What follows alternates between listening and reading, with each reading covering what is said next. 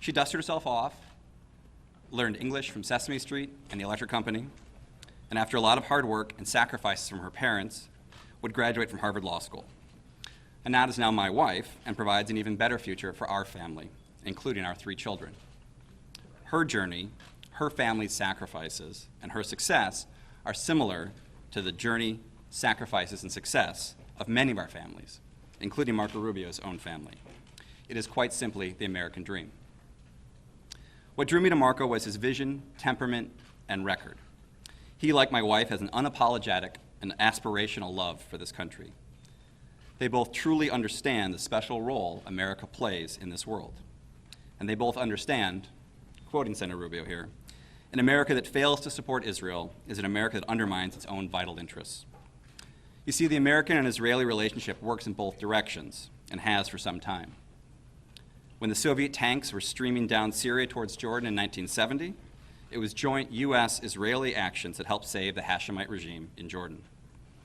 As a senator, Marco has been a strong champion of Iron Dome, David Sling, and the Aero missile defense systems, which, while essential for Israel's defense today, may prove to be crucial for the United States as our enemies turn their eye toward directly attacking America. And Marco stands alone among the Republican primary candidates in understanding we cannot let the Assad regime stand in Syria. We cannot allow an Iranian Shia crescent of terror to flourish. Marco understands the days of false moral equivalency, daylight between the U.S. and Israel, and pressuring Israel to make unreciprocated concessions must end. Ladies and gentlemen, Senator Marco Rubio. Thank you, Martin. I appreciate it. Thank you very much. Well, thank you all for coming here today. It's an honor and a privilege to be able to speak here. And on an issue of incredible importance to the national security of the United States, the safety and security of Israel.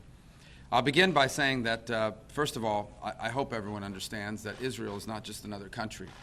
It is a nation founded for a very special purpose, and that is to serve as a homeland for the Jewish people in the aftermath of the Holocaust. Second, from a national security perspective, we must remember that Israel is the only pro-American, free enterprise democracy in the entire region, in the entire Middle East. If there were more pro-American, free enterprise democracies in the Middle East, the world would be a simpler place and a much safer one. It is in that context that we understand the U.S.-Israeli relationship and what it is they ask of the United States. And they basically ask only 2 things. They have not asked the U.S. to invade any countries. They have not asked the United States to conduct any military strikes against anyone. The only thing that the Israelis ask of the U.S. is, number 1, our unwavering support, especially in the international community, at a time when there's an all-out effort to try to delegitimize Israel's right to exist as a Jewish state. An effort that I believe is the new face of anti-Semitism. When you see the divestment efforts around the world, when you see some of the laws being passed in Europe that are specifically designed at undermining Israel, it is, in my mind, what modern anti-Semitism looks like. And that is anti-Semitism disguised as anti-Israeli action. And so what they ask of us is to stand with them in international forums, particularly at a increasingly broken and illegitimate United Nations, where Israel has been sanctioned more and attacked more than some of the most repressive and brutal regimes on the planet. They ask us to use our veto power to prevent any effort to unilaterally impose a Palestinian state. The second thing they ask of us is that if they run out of weapons or run out of ammunition, if they run out of what they need in order to be able to defend themselves, that we resupply them. They'll pay for it. Both of these tenets of our relationship have been in question over the last 7 years. Barack Obama, in fact, did suspend military sales to Israel for a brief period of time, but at a very critical time when Israel was under assault, and has even threatened to not use the veto power of the United Nations, of the United States at the United Nations Security Council on these efforts to move forward with imposing recognizing a Palestinian state. And the result of all this, in combination with the threats that now exist in the region, is that at a time when Israel is perhaps more insecure than it has been in decades, the relationship between the Obama administration and Israel have left many of Israel's enemies emboldened, and Israel increasingly concerned about its safety and security. It is unfortunate that in this election, the supposed front-runner, Donald Trump, has said that on the issue of the Palestinians and Israelis, he will not take a side. Let me be abundantly clear. When I am president, we are going to take a side, and we are going to be on Israel's side. As I said last night, Mr. Trump perhaps does not understand that his position is in fact anti-Israeli. I do not believe that that is his intent, but that is the practical implications of what Donald Trump says his position is. For in fact, every time the United States does not stand with Israel, it in fact emboldens Israel's enemies to take action against Israel. And in fact, any time the United States criticizes Israel through the current president, you see Israel's enemies immediately parroting back the exact same things that President Obama has said. It is this daylight that has been created between the Obama administration and Israel, which apparently Donald Trump wants to continue, that has emboldened Israel's enemies in the region to continue with what they're doing now. And in the case of the Palestinians and the Israelis, I know of no people on earth that desire peace more than the people of Israel. It is unfortunately at this moment impossible, because who are they to negotiate with? A Palestinian Authority whose leader is still celebrating these killers and terrorists as great martyrs? Who are they supposed to negotiate with? A Palestinian Authority who has repeatedly rejected some of the most generous offers of peace that have been made by Israeli leaders over the last decade? Who are they supposed to negotiate with? A Palestinian Authority who teaches children from the very youngest of age that killing Jews is a glorious thing? A Palestinian Authority who celebrates the stabbing and killing of people, often based on baseless rumors that they spread about activity on the Temple Mount? Who are they supposed to negotiate with? A Palestinian Authority that has joined arms now with Hamas in a unity government? We all wish that there was an agreement that could be reached, but right now the conditions do not exist.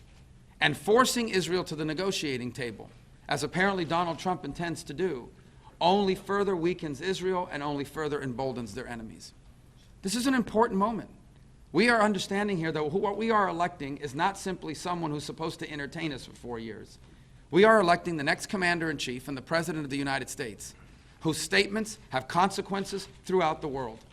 And when a leading candidate for president, the one leading in the polls in the Republican Party, says that if he's elected president, he will not take sides, the implications are real, just as a candidate. Imagine if he were president. Presidents do not get a honeymoon period when it comes to foreign policy.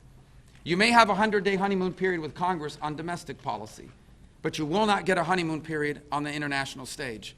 From your first moment in office, you are the commander-in-chief. From your first moment in office, you are in charge of conducting the foreign policy of the United States. And Vladimir Putin and North Korea and ISIS and Israel's enemies are not, and the Chinese government are not going to wait for you to catch up before they test you on the global stage. Donald Trump is not ready for the test.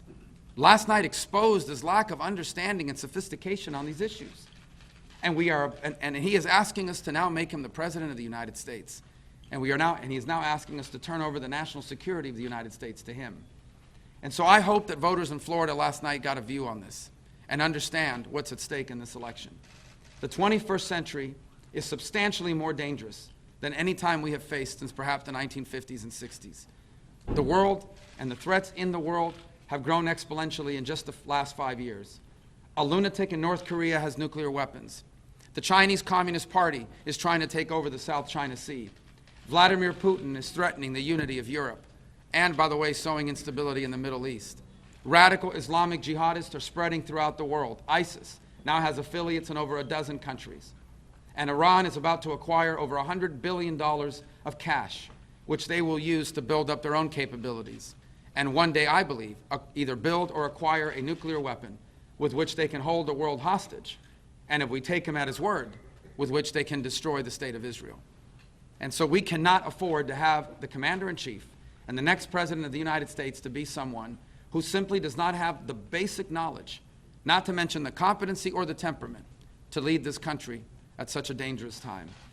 And we cannot afford to elect a president, particularly a Republican president, who is not prepared to stand with Israel 100% from day number one. And so I want to make it abundantly clear that it is not just my record in the Florida House and in the Senate, but it is my statements now as a candidate, that when I'm elected President of the United States, Israel will never have a better friend than it will have than it will have with me when I'm president. And I look forward to that challenge, and I look forward to that opportunity. For as I said, the relationship between Israel and the United States is about a lot more than just foreign policy. It is about what kind of country we are. It is about whether we stand with our allies or not. And it is about whether or not the Jewish people will continue to have a homeland, so that never again do they face the persecution that they faced during the 1930s and 40s in Europe. My name is Dan Senor. I'm just become a member of Senator Rubio's National Security Advisory Council. And I would just add, one point. If you look at the bedrock of Israel's security situation throughout Israel's history, one of the key components, one of the key pillars of Israel's security has been the relationship with the United States. The understanding that Israel and the United States locked arms historically for decades. In fact, the only time we've seen somewhat of a break, and that's been the case, by the way, no matter under Democratic administrations and Republican administrations. And the only time we've seen a real consistent deviation from that is over the last 7.5 years, which is tragic because it also coincides with the time that Israel feels the most insecure it does and has been in decades. A time when Gaza is strong, Hamas is strong in Gaza in the south. Thousands of rockets are pointing at Israel from the north, from Hezbollah, which is effectively a surrogate militia, a surrogate army of Iran. Iran has just negotiated successfully a deal that sets them on a path towards being able to obtain military nuclear capabilities, which could pose an existential threat over time to Israel. Over on Israel's border in Jordan, questions about how long the Jordanian regime could hang on. Will ISIS really dominate Jordan sometime and be able to just roll into the West Bank and bump up right against Israel's border? All against the backdrop, as Senator Rubio said, of a global BDS, a delegitimization campaign all across the world, including Europe and elsewhere. So this is the kind of pressure and isolation Israel is feeling right now. And the question is, against that backdrop, does America want a president, do Republicans want to nominate a president who's effectively going to extend the last 7.5 years in its approach to Israel, which is, quote, even-handedness, neutrality. If you have historically locked arms with Israel, there has been no even-handedness. And now you say we need even-handedness? That means you are moving away from Israel. You cannot say in this day and age with the pressure Israel is under that you are both pro-Israel, that you are Israel's best friend, and that you are going to be neutral. Being neutral means you are moving away from your friend. This contrast is something that Senator Rubio understands in his bones. He's passionate about it. These are ideas he's been immersed in, he's been acting on for years. You look at what he's done you look at what Senator Rubio has done in the Senate Foreign Relations Committee on sanctions against Hezbollah. You look at what he's done when he pressured the administration on the Iran deal. You look at the work he did in his early years in the Senate as it relates to Israel and the Middle East, when it wasn't very popular to have such a forward-leaning approach to America's engagement in the world. So I just never thought I would see the day that we would have a leading candidate for President of the United States of either party, but especially the Republican Party, that is effectively arguing for the extension of the last 7.5 years, the Obama agenda's neutrality on Israel. And I would just encourage voters across Florida in these days ahead to think about that. Think about the choice between Senator Rubio and Donald Trump, given the context we are dealing with as Americans, insecure about the world, and just imagine what allies like Israel are going through. Thank you, Dan. I'm Adam Hasner. I'm the Florida co-chair of the Rubio for President campaign, and I also had the opportunity to serve as the majority leader of the Florida House of Representatives when Marco was Speaker of the Florida House of Representatives. And I would say that the U.S.-Israel relationship is important in the state of Florida, not just because of our large Jewish population, but also because of the strong pro-Israel Christian community. And I want to provide a little bit of historical perspective, which was touched on, which is that these are not issues, Marco's support for the state of Israel are not issues that he has arrived at on the campaign trail. When we served together in the Florida legislature, he continuously led our chamber and led the state on several pro-Israel resolutions to support Israel's right to defend herself when being attacked. He was the Speaker of the House when together we passed the first in the nation legislation to divest Florida's pension funds from the state, from Iran. And then more importantly, these are deeply held beliefs that Marco has when it comes to standing with the state of Israel. These are in his core. This isn't about just walking in a parade. These are issues that he believes, and more importantly, when he is president and commander-in-chief, as he said, he will make sure that the United States continues to stand with the state of Israel. The moral clarity that Marco Rubio brings to this race and will bring to the Oval Office is imperative at this time. And so with that, we'll turn it over for questions to Senator Rubio.